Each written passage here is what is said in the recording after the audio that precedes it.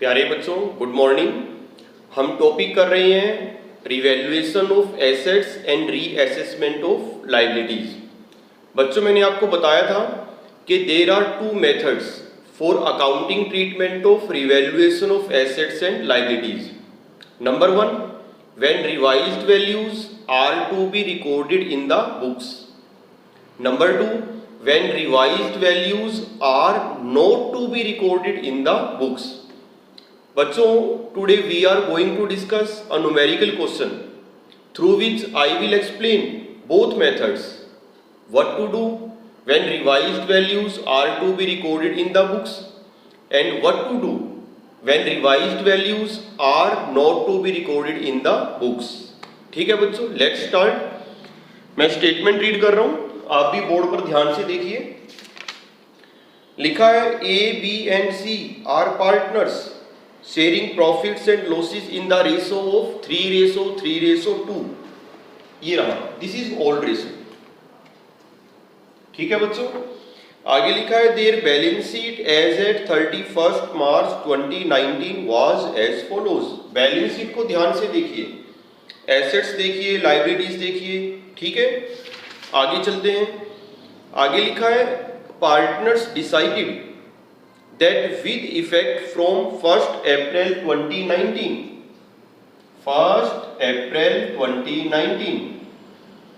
they are going to change profit sharing ratio.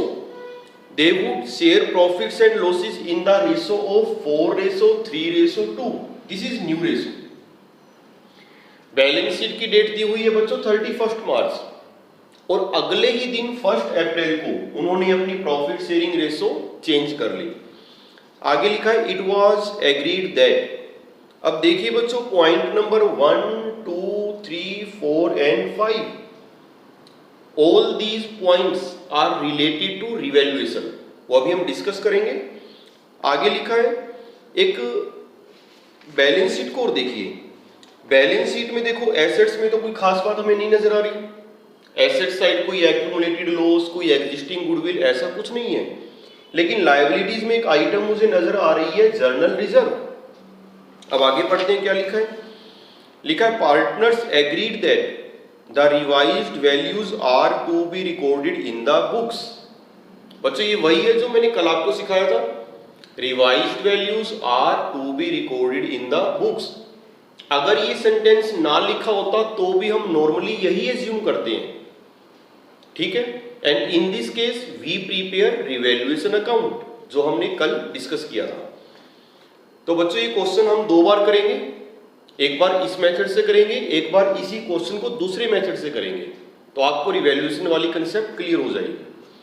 आगे लिखा है they don't however want to distribute the general reserve. देखिए बच्चों, specifically लिखा है कि वो जर्नल रिजर्व को डिस्ट्रीब्यूट करना नहीं चाहते। मैंने आपको बताया था कि अगर क्वेश्चन साइलेंट है फिर तो आप उठा के डिस्ट्रीब्यूट कर दीजिए इन ओल्ड रेशो, झगड़ा खत्म। लेकिन अगर क्वेश्चन में क्लियर लिखा है कि नॉट टू डिस्ट्रीब्यूट, फिर हम डिस्ट्रीब्यूट नहीं कर सकते। Now what will we do? Now we will have to pass an adjustment entry, जो मैंने आपको सिखाई हुई है। आगे लिखा है you are required to prepare journal entries, capital accounts of the partners and revised balance sheet. बच्चों, 3 टॉपिक मैंने आपको कहे थे। अकाउंटिंग ट्रीटमेंट ऑफ गुडविल, इस क्वेश्चन में कहीं गुडविल का जिक्र नहीं है बाय चांस। वैसे गुडविल का जिक्र होना चाहिए था, नहीं है, कोई बात नहीं। दूसरा था accounting treatment of reserve and surplus, वो टॉपिक इसके अंदर है क्वेश्चन में। और तीसरा है revaluation of assets and liabilities, वो भी यहां पर है। अब देखिए कैसे करना है बच्चों। First of all we will prepare revaluation account. Question में नहीं कहा गया बनाने के लिए, लेकिन फिर भी हम बना रहे हैं एज ए वर्किंग नोट। ठीक है, अब रिवैल्यूएशन अकाउंट के बारे में हम पहले भी काफी पढ़ चुके हैं कि it is a nominal account. बड़ा सीधा सा क्राइटेरिया है कि अगर आपको प्रॉफिट नजर आ रहा है तो कहां पोस्ट करेंगे? Credit side. और अगर आपको लॉस नजर आ रहा है तो कहां पोस्ट करेंगे? Debit side. ठीक है बच्चों, debit the expenses and losses, credit the incomes and gain. Nominal account का रूल फॉलो करना है, क्वाइट सिंपल। अब देखो 5 पॉइंट्स है। फर्स्ट पॉइंट पे पढ़ रहा हूं, stock be valued at ₹1,10,000। Balance sheet में स्टॉक की वैल्यू कितनी है 120 और बाहर लिखा है इसकी वैल्यू कितनी है 110। तो देखो स्टॉक की वैल्यू तो कम हो रही है, एसेट की वैल्यू कम हो गई, तो प्रॉफिट है लॉस है फर्म के लिए? लॉस, एसेट की वैल्यू कम हो रही है। पोस्टिंग कहां पर करेंगे? Debit side to stock account and how much 10,000। ठीक है बच्चों, लॉजिक जर्नल एंट्रीज है जो ऑलरेडी मैं आपसे डिस्कस कर चुका हूं। सेकंड पॉइंट पर आते हैं। हाँ यस, सेकंड पॉइंट है machinery is to be depreciated by 10%। Machine की वैल्यू कम करनी है 10%, अगेन लॉस। पोस्टिंग कहां करेंगे? Debit side to machinery account. बच्चों आपने प्रॉपरली लिखना है, ठीक है, थोड़ा स्पेस की प्रॉब्लम है इसलिए मैं एब्रीविएशन यूज कर रहा हूं, लेकिन आप ध्यान रखना never use fake abbreviations if we want to attain 100% marks, right. तो मशीन की बुक वैल्यू कितनी है बैलेंस शीट में? 1,59,000। 10% कितना हो गया? 15,900। ये लीजिए। आगे देखो पॉइंट नंबर 3 में क्या लिखा है? A provision for doubtful debts is to be made on debtors at the rate 5%. Very simple. Balance sheet में डेटर्स कितने के हैं? 44,000। प्रोविजन हमने बनाना है 5%, दैट कम्स टू ₹2,200। 44,000 का 5% होता है बच्चों 2,200। तो प्लस वन में आपने सीखा था कि how to create provision for doubtful debts. अगर जर्नल एंट्री की बात करें तो provision for doubtful debts account will be credited, और डेबिट किसे करेंगे? Revaluation account. रिवैल्यूएशन अकाउंट को बनाने का पर्पस यही है, कोई एसेट लायबिलिटी कम या ज्यादा करनी है, इसकी हेल्प से हम कर सकते हैं। अगेन पोस्टिंग कहां पर होगी? Debit side to provision for doubtful debts. कितना था बच्चों?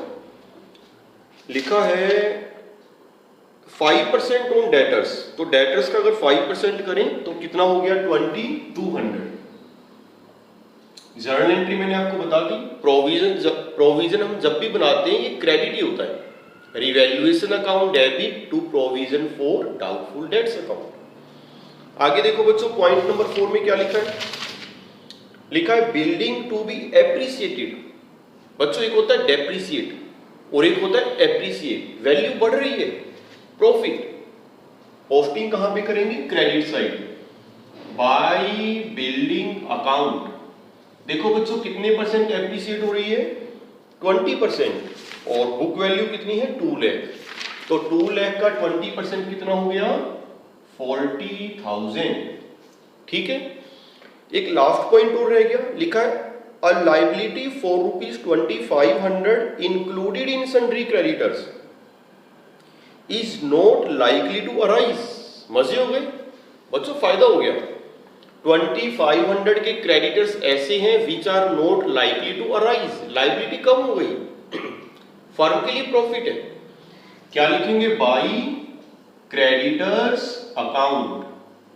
पहले कितने के थे बैलेंस शीट में? अगर देखें तो बैलेंस शीट में थे ये 24,000 और अब आपने इसको कम करना है। कितना कम करना है? 2,500।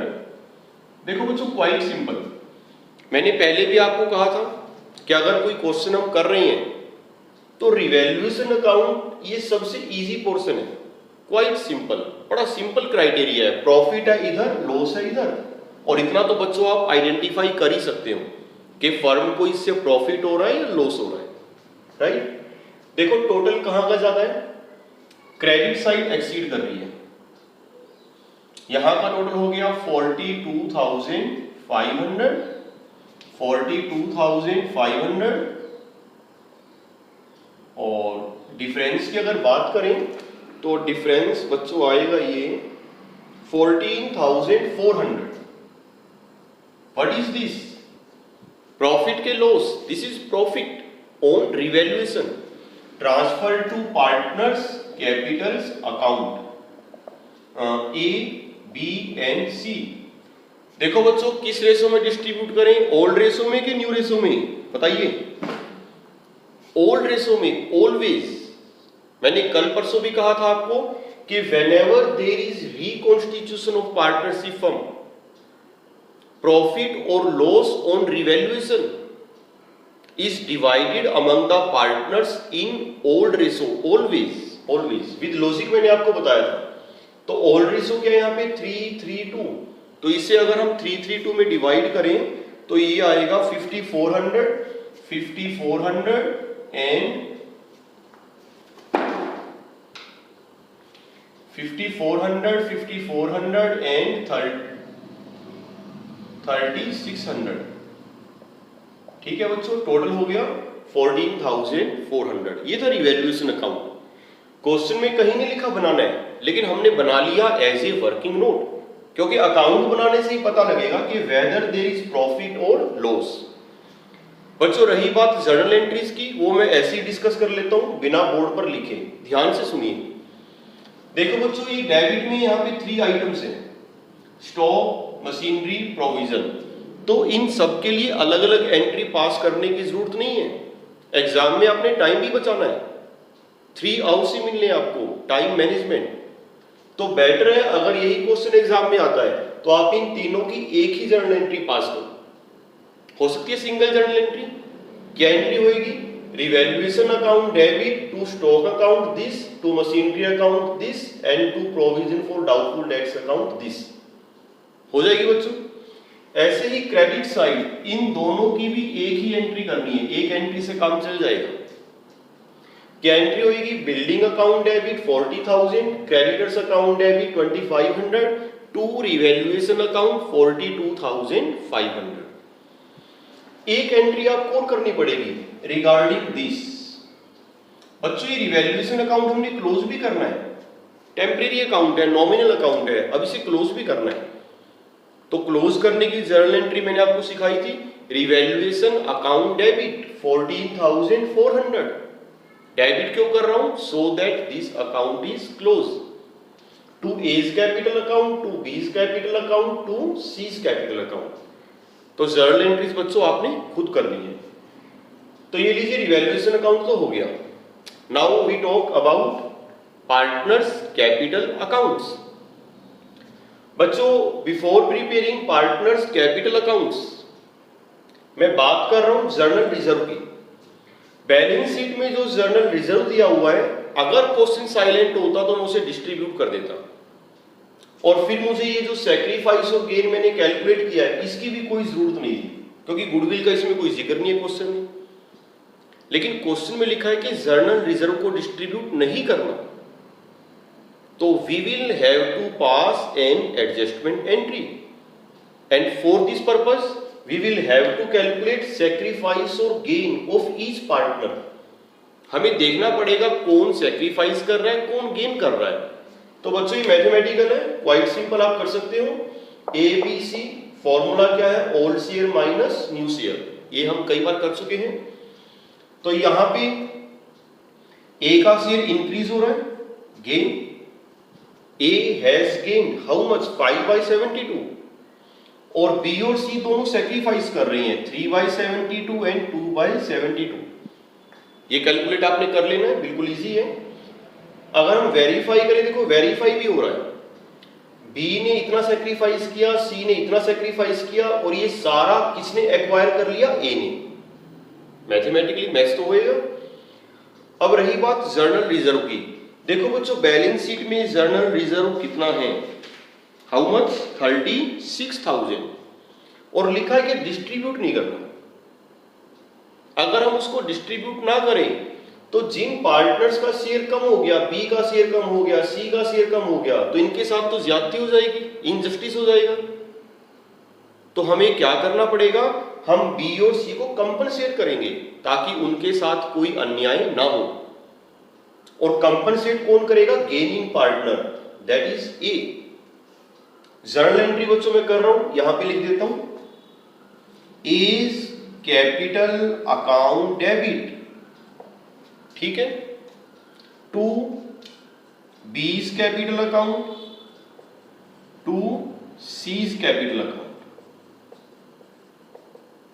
ठीक चल रहे हैं बच्चों? Gaining partner must compensate to the sacrificing partners if general reserve is not distributed. अब देखिए ए कितना कंपनसेट करेगा प्रोपोर्शनेटली। जर्नल रिजर्व कितना था बच्चों? 60,000 नहीं 36,000 और ए ने गेन कितना किया है? 5/72। ए विल कंपनसेट। कैलकुलेशंस कहां पे करें? यहां कर देता हूं मैं। A will compensate how much?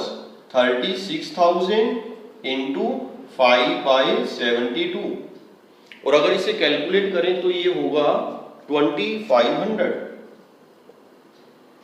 ठीक चल रहे हैं बच्चों? A's capital account debit with ₹2500। जितना गेन किया है उतना वो कंपनसेट करेगा। 2500 किसे मिलेंगे? बी और सी को। और कितना कितना? देखिए यहां कैलकुलेशन कहां पे करें बच्चों? चलो वैसे ही बता देता हूं आपको मैं। बी को कितना मिलेगा? 36,000 का 3/72 3/72 ऑफ ₹36,000। सी को कितना मिलेगा? 2/72 ऑफ ₹36,000। और अगर ये कैलकुलेट हम करते हैं तो ये आएगा 1500 एंड 1000। बच्चों कर लोगे कैलकुलेशंस अपने आप? प्रोपोर्शनेटली उनको मिलेगा। जिसने जितना सैक्रिफाइस किया उतना उसको मिलेगा। तो this is journal entry for the treatment of general reserve. Now we are preparing partners capital accounts. देखिए बच्चों बोर्ड पर ही देखिए, मैं आपको समझा रहा हूं, ध्यान से सुनिए। कल भी बात हुई थी कि पार्टनर्स कैपिटल अकाउंट्स जब हम बनाएंगे तो देखो क्या लिखा हुआ है? Particulars ABC, particulars ABC. Date का कॉलम कोई बच्चा बनाना चाहे बिल्कुल बना सकता है, इग्नोर भी कर सकता है, कोई ऐसी बात नहीं है। क्योंकि प्रॉफिट शेयरिंग रेशियो कब चेंज हुई है? 1 अप्रैल। हम कैपिटल अकाउंट्स में जो भी पोस्टिंग करेंगे वो सब कुछ कब करेंगे? 1 अप्रैल।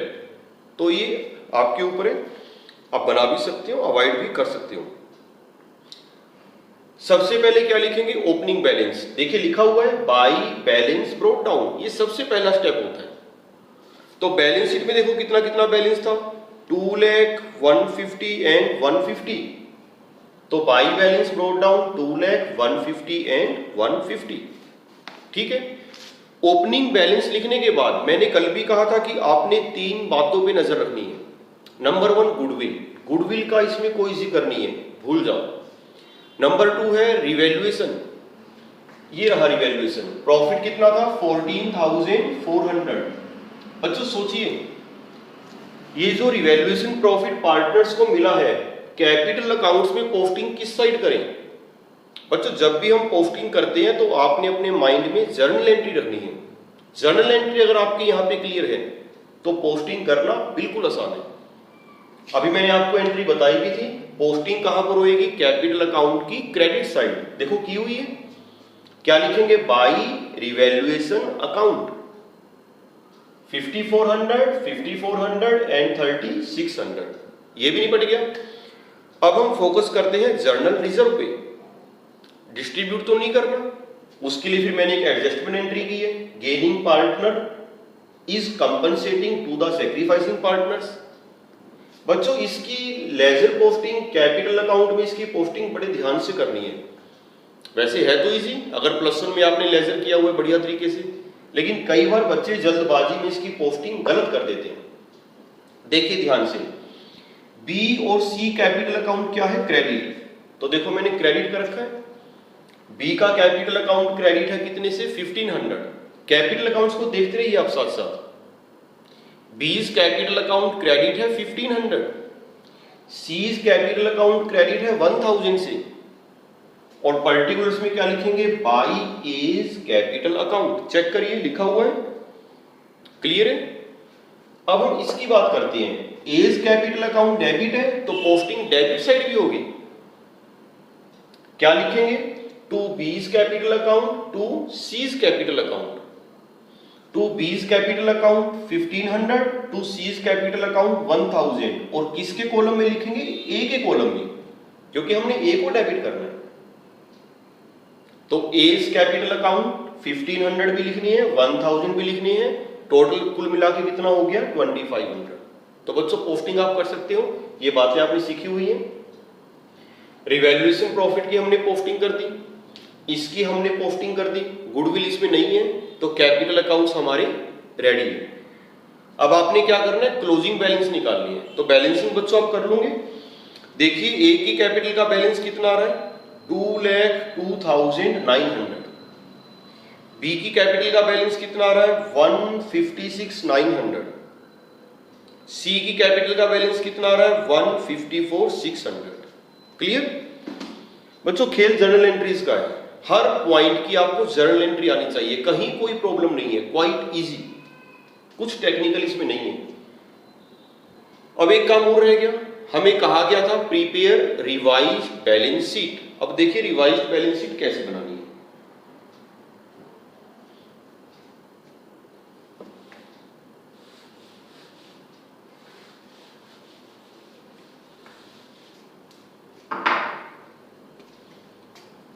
बैलेंस शीट ब्रैकेट में आप रिवाइज लिख सकते हो, न्यू फर्म लिख सकते हो, आफ्टर रिकॉन्स्टिट्यूशन लिख सकते हो, न्यू फर्म एज एट 1 अप्रैल 2019। बच्चों डेट यही है। अब देखिए मैंने आपको कहा था कि बैलेंस शीट जब बनाते हैं तो आपने बैलेंस शीट जो क्वेश्चन में दी हुई है उसको देखकर बनानी है, ठीक है। देखो बैलेंस शीट क्वेश्चन में जो बैलेंस शीट है उसमें फर्स्ट आइटम क्या दी हुई है आपको, कैश एट बैंक 37,000। अब सोचिए जो भी ट्रीटमेंट अभी तक मैंने किया है कहीं पर बैंक इंक्रीज या डिक्रीज हुआ, नो, तो बैंक बैलेंस रहेगा हमारा as it is. How much 37,000, ठीक है बच्चों। नेक्स्ट आइटम क्या दी हुई है, सन्ड्री डेटर्स। बच्चों मैं थोड़ा रफली कर रहा हूं, आपने प्रॉपर करना है 44,000। प्रोविजन फॉर डाउटफुल डेट्स हमने बनाया था और प्रोविजन का बैलेंस होता है क्रेडिट, तो आपके पास ऑप्शन है लायबिलिटी में शो कर सकते हो, लेकिन नॉर्मली हम उसको यही दिखाते हैं as a deduction, less provision for doubtful debts. तो कितना रह गया बच्चों ये 41,800। ठीक चल रही है, चेक करते हैं ना। आगे देखिए स्टॉक 120 का था पहले, लेकिन इसकी वैल्यू तो हमने कम कर दी थी, अभी कितने का रह गया, केवल 1,10,000। नेक्स्ट आइटम क्या है, मशीनरी। मशीन को भी हमने डेप्रिसिएट किया था, तो आपने इसकी वैल्यू भी कम करके दिखानी है। 1,59,000 में से इसको डिडक्ट कीजिए, और अगर इसे डिडक्ट करते हैं तो ये आ गया 143,100। और बैलेंस शीट में एक आइटम और दी हुई है बिल्डिंग, ये तो एप्रिशिएट हुई थी, तो 2 लाख प्लस 40 कितना हो गया 240। कोई और एसेट तो नहीं क्रिएट हो गई थी, नहीं ऐसा कुछ नहीं था। तो एसेट्स का टोटल बच्चों देखो कितना आ रहा है, चेक करिए 110, 143, 100, 240, ये हो गया 571,900। 571,900। लायबिलिटी साइड आइए, देखो वहां पे पहली आइटम क्या थी, सन्ड्री क्रेडिटर्स। क्या स्टेटस है, पहले कितने के थे 24,000 के, यस, लेकिन कम भी हो गए थे तो ये कम कर दीजिए। 24,000 में से इसको अगर माइनस करें कितना रह गया 21,500। ठीक है बच्चों। नेक्स्ट आइटम क्या दी हुई है, जर्नल रिजर्व।